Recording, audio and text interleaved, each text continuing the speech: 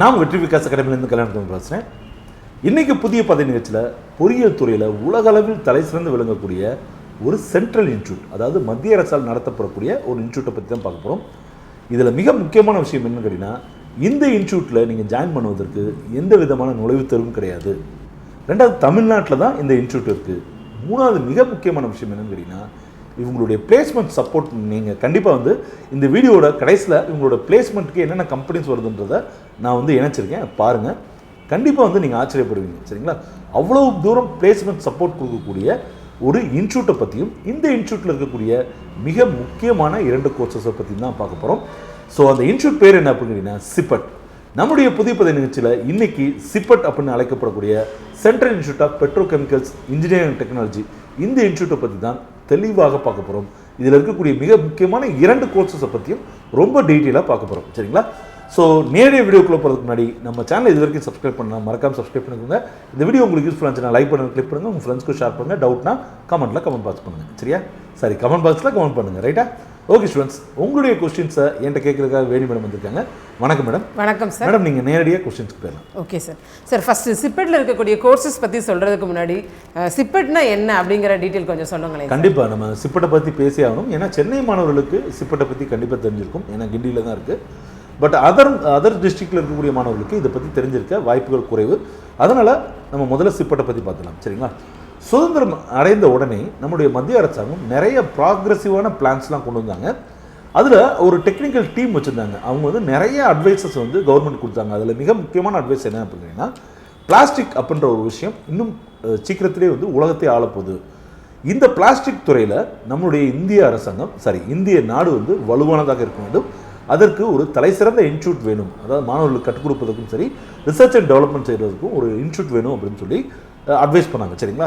இதை ஏற்றுக்கொண்ட அரசானது UNDP அப்படின்னு சொல்லக்கூடிய யுனைடெட் நேஷன்ஸ் டெவலப்மெண்ட் ப்ரோக்ராம், அந்த திட்டத்துக்கு கீழே 1968ஆம் ஆண்டு CIPET, Central institute of plastic engineering Technology அப்படின்னு ஒரு இன்ஸ்டியூட்டை சென்னை கிண்டியில் ஸ்டார்ட் பண்ணாங்க. நீங்கள் இப்போ கேட்கலாம், சார் முதல்ல பெட்ரோகெமிக்கல்னு சொன்னீங்க, இப்போ பிளாஸ்டிக்னு சொல்கிறீங்களா? Yes, of course. முதல்ல ஸ்டார்ட் பண்ணும்போது central institute of plastic engineering technology தான் ஸ்டார்ட் பண்ணாங்க. இப்போ தான் பிளாஸ்டிக்கை தவிர்த்து பெட்ரோகெமிக்கல்ஸில் என்னென்ன வருது, ஏன்னா பிளாஸ்டிக்கே ஒரு பெட்ரோகெமிக்கல் ப்ராடக்ட் தானே.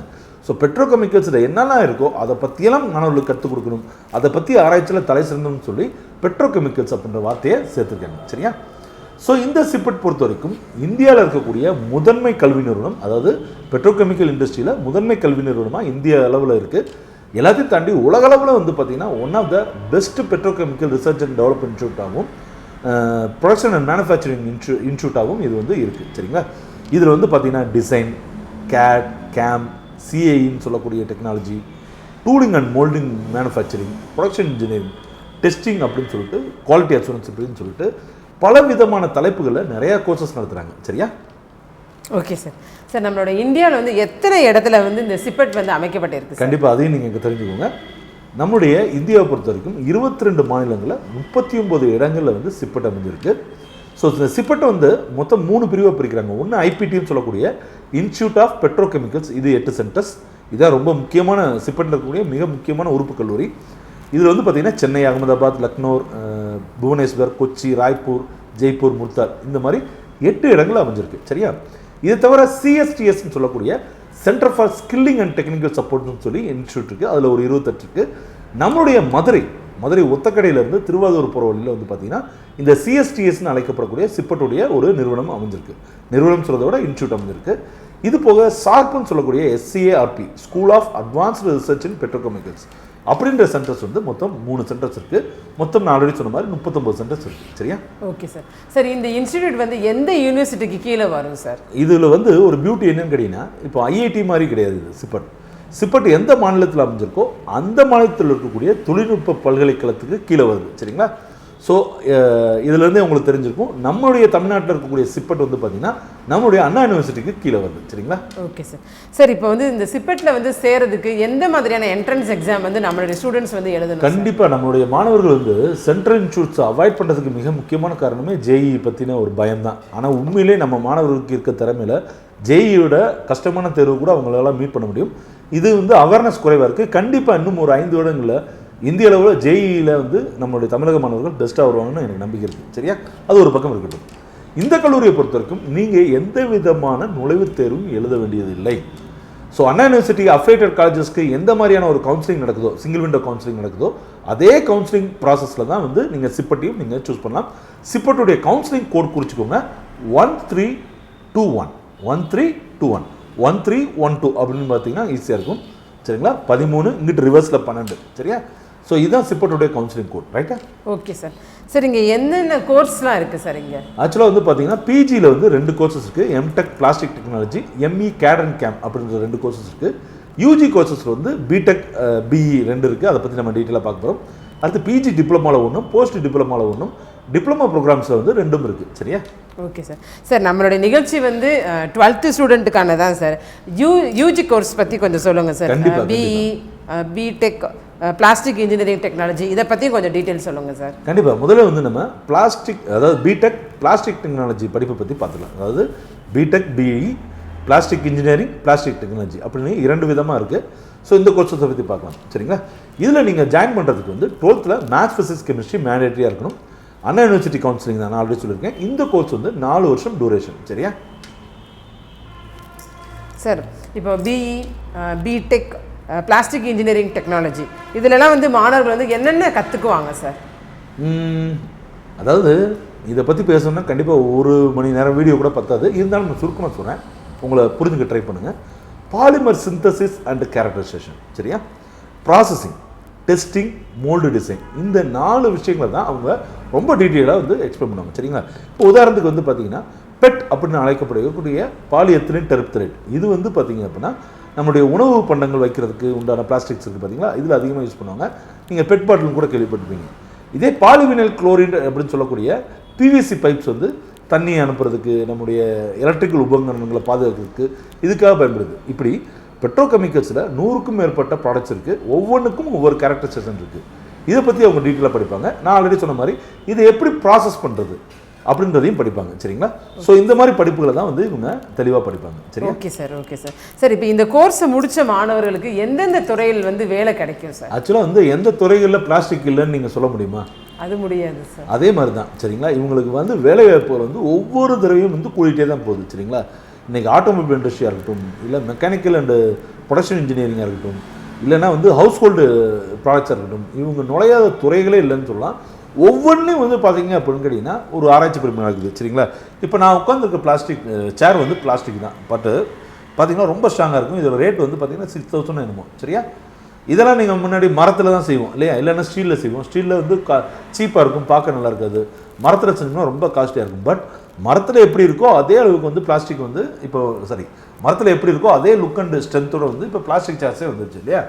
ஸோ இந்த மாதிரி ஒவ்வொரு விஷயத்தையும் வந்து பிளாஸ்டிக்கை எப்படி மாற்றுறது அப்படின்றத முழுக்க ஆராய்ச்சி பண்ணிட்டு இருக்காங்க. சரியா? நான் இந்த வீடியோவுக்கு கடைசியில் வந்து பார்த்தீங்கன்னா என்னென்ன கம்பெனிஸ் வருதுன்றதை சொல்கிறேன். இருந்தாலும் இந்த இடத்துல வந்து எம்என்சி கம்பெனிஸ் நிறையா இருக்குது. இது போக அரசு சார்ந்த நிறுவனங்களான ஆயில் இண்டியா லிமிடெட்ஸ், என்னென்ன கம்பெனிஸ் வந்து ஆயில்ஸோட, பெட்ரோகெமிக்கல் ஆயில்ஸோட வந்து லிங்க்கில் இருக்கோ அது எல்லாமே வந்து எடுக்கிறாங்க. அதுக்கப்புறம் petroleum conservation research association of India அதில் எடுக்கிறாங்க.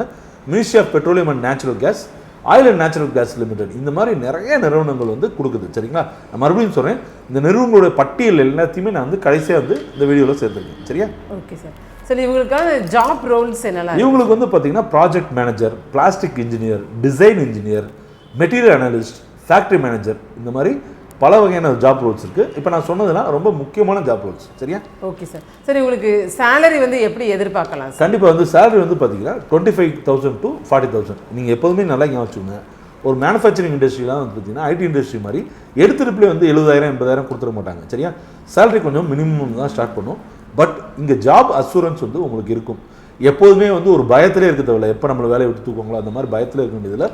ரெண்டாவது வந்து பார்த்தீங்கன்னா இன்னொரு மிக முக்கியமான விஷயம், ஐடி இண்டஸ்ட்ரியை பற்றி நான் குறை சொல்ல வரல. பட் ஐடி இண்டஸ்ட்ரியில் ஒரு போஸ்டிங்கில் இருக்கவங்களுக்கு என்ன மரியாதை கிடைக்குமோ அதை விட அதிகமான மரியாதை வந்து பார்த்தீங்கன்னா இந்த ஃபீல்டில் இருக்கவங்களுக்கு கிடைக்கும். சரிங்களா? நான் வெளியில் சொல்ல, ஒரு ப்ரொடக்ஷன் யூனிட்டுக்குள்ளே நீங்கள் ஒரு ப்ரொடக்ஷன் இன்ஜினியராக நுழையும் போது அவங்க எல்லாரும் விஷ் பண்ணுறதா இருக்கட்டும், உங்களுக்கு தனி கேபினாக இருக்கட்டும், அப்படி நிறைய வசதிகள் இருக்குது. நீங்கள் ஒரு ஆஃபீஸர் அப்படின்றத முழுமையாக உணர்வீங்க இந்த ஃபீல்டெல்லாம். சரியா? Okay sir. சார், நெக்ஸ்ட்டு வந்து நம்ம BE, B Tech, manufacturing, engineering technology பற்றி கொஞ்சம் பேசுவோம் சார். கண்டிப்பாக. இந்த கோர்ஸை பற்றி கொஞ்சம் சொல்லுங்கள் சார். இந்த கோர்ஸில் வந்து மாணவர்கள் என்னென்ன கற்றுக்குவாங்க அப்படிங்கிற டீட்டெயில்ஸும் கொஞ்சம் சொல்லுங்கள் சார். கண்டிப்பாக. ஆக்சுவலாக வந்து பார்த்தீங்கன்னா ஒரு பெரிய கேள்வியே சிம்பிளாக கேட்டிங்க. ஸோ இது வந்து 4 இயர்ஸ் கோர்ஸ் தான். அதாவது BE B.Tech manufacturing engineering and technology அப்படின்ற 2 விதமாக இருக்குது. ஸோ நிறைய காலேஜில் வந்து இந்த மேனுஃபேக்சரிங் கோர்சஸ் இருக்குது, ரைட்டா. பட் இங்கே சிப்பெட்டில் இது இருக்கிறனால இது வந்து முழுக்க பெட்ரோகெமிக்கல்ஸை பேஸ் பண்ணியிருக்கும், ரைட்டா. இது ஒரு 4 இயர்ஸ் கோர்ஸ் தான். இதுக்கு எலிஜிபிலிட்டி வந்து பார்த்தீங்கன்னா நான் ஏற்கனவே சொன்ன மாதிரி 12th மேத்ஸ் ஃபிசிக்ஸ் கெமிஸ்ட்ரி கம்பல்சரியாக இருக்கணும். நீங்கள் அண்ணா யூனிவர்சிட்டி கவுன்சிலிங் வழியாக தான் வருவீங்க, சரியா. என்ன கற்றுக்குவாங்க அப்படின்ற மாதிரி இது நம்ம சொல்லுவோம், சரியா. உற்பத்தி முறைகளில் நான் ஏற்கனவே சொன்ன மாதிரி சிப்பெட்டில் இந்த கோர்ஸ் இருக்கிறனால இது மேக்ஸிமம் வந்து பெட்ரோகெமிக்கலை பேஸ் பண்ணி தான் இருக்கும். நீங்கள் அந்த கண்ணோட்டத்திலே பாருங்கள், ரைட்டா. ஸோ உற்பத்தி முறைகளில் என்னென்ன மாதிரியான விஷயங்கள் இருக்குது, சரியா. ஒரு பொருளுடைய உபயோகத்தை பொறுத்து அதோட உற்பத்தி முறைகளில் என்னென்ன மாற்றங்கள் ஏற்படும், புதிய விஷயங்கள் என்னென்ன இன்க்ளூட் பண்ணியிருக்காங்க அப்படின்ற அந்த தயாரிப்பு அளவில் A to Z வந்து அவங்க கற்றுக்குவாங்க, சரிங்களா. ஃபார் எக்ஸாம்பிள் நீங்கள் இந்த பிளாஸ்டிக் வந்து நீங்கள் எங்கே யூஸ் பண்ண போகிறீங்க, ரைட்டா. அதை பொறுத்து இப்போ ஃபார் எக்ஸாம்பிள் நீங்கள் இந்த மரம் இருக்குன்னா இந்த மரத்தோட கேரக்டர் வந்து ஒரே கேரக்டர் தான்.